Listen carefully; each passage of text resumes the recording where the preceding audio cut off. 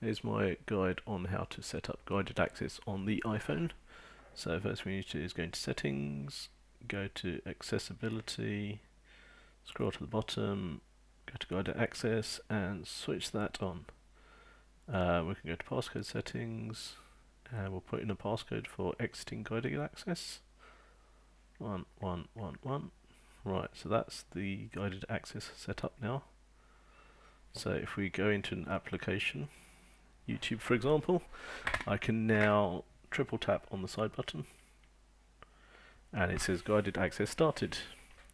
So now you can navigate around the application quite happily, but you can't go home, which means I can give this to my son, let him have YouTube and have no access to any other applications on my phone.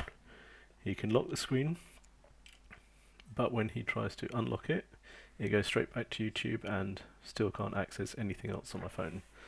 So there we are, that's guided access for you. Hope you enjoyed it. If you did, please remember to give it a thumbs up and a subscription would be great. I'll catch you in the next one. Thank you.